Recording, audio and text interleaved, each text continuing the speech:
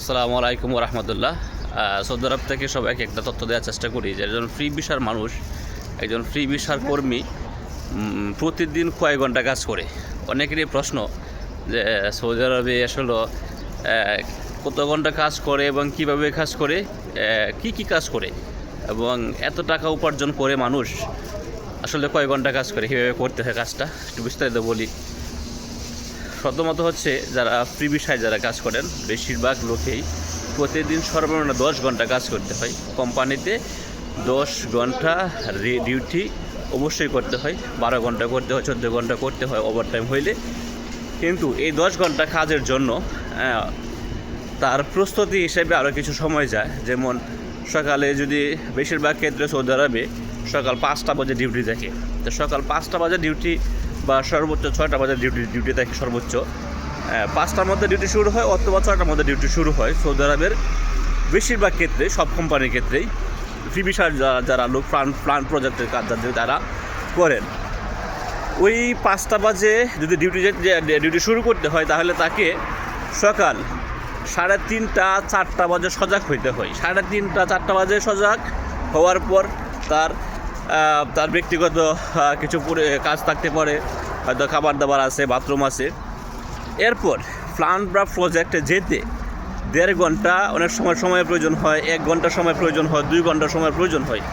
সেই ক্ষেত্রে তারা 5টা বাজে ডিউটি শুরু করার আগে তাকে 2 ঘন্টা 3 ঘন্টা আগে সজাগ হইতে হয়। মানে 3টার সময় 4টার সময় সজাগ হইতে হয়। এটা বেশিরভাগ সবার ক্ষেত্রেই হয়। এবং কাজ যদি শেষ হয় 6টা বাজে, ওর 6টা বাজে কাজ শেষ হওয়ার পরেও তাকে বিভিন্ন সময় ওই 7:30 বাজে কাজ থেকে আসছে। এই কারণে 1 থেকে 1.5 ঘন্টা সময়ের প্রয়োজন হয় তাকে বাসায় আসতে। বাসায় আসার পর অনেকেই কোম্পানির খাবার দাবার যারা খায় তারা তো কোম্পানির খাবার দাবারই তাদের সময় প্রয়োজন হয় না। কিন্তু অনেক ক্ষেত্রে দেখা যায় যে অনেকে রুম থেকে ডিউটি করে, আসা যাওয়া ডিউটি করে। তাদের কি করতে হয়, তারা ওই 14 ঘন্টা 15 ঘন্টা 16 ঘন্টা সময় দিতে হয় তাদের খাবারের জন্য, কাজের জন্য এবং কাজের প্রস্তুতির জন্য।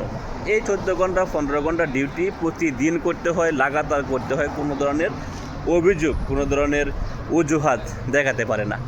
সৌদি আরবে প্রতিদিন আপনার কমপক্ষে 14 ঘন্টা 15 ঘন্টা একজন ফ্রি ভিসার লোক কাজ করে। সে হোক ইঞ্জিনিয়ার, সে হোক আপনার প্ল্যান প্রজেক্ট ম্যানেজার, হোক আপনার একজন হেল্পার, প্রত্যেকেরই একই অবস্থা। সুতরাং সৌদি আরবে আসার ক্ষেত্রে আপনাকে বুঝে শুনে আসতে হবে যে আপনি এই যেখানে আসবেন, টাকা উপার্জন করবেন। আরও 10 জন টাকা উপার্জন করতেছে, আপনার টাকা উপার্জন করবেন। হ্যাঁ, টাকা উপার্জন করতে পারবেন, কিন্তু ওই পরিশ্রমের দিকটাও আপনাকে দেখতে হবে। একটা সৌদি আরবে একটা প্রবাসী, একটা ফ্রি ভিসার লোক বা কোম্পানিতে যারা কাজ করে প্ল্যান প্রজেক্টে, তারা একদিনে যে কাজটা করে বাংলাদেশের মানুষ ধৈর্য সহকারে আইন শৃঙ্খলা মেনে 1 সপ্তাহ এই কাজটা করে না।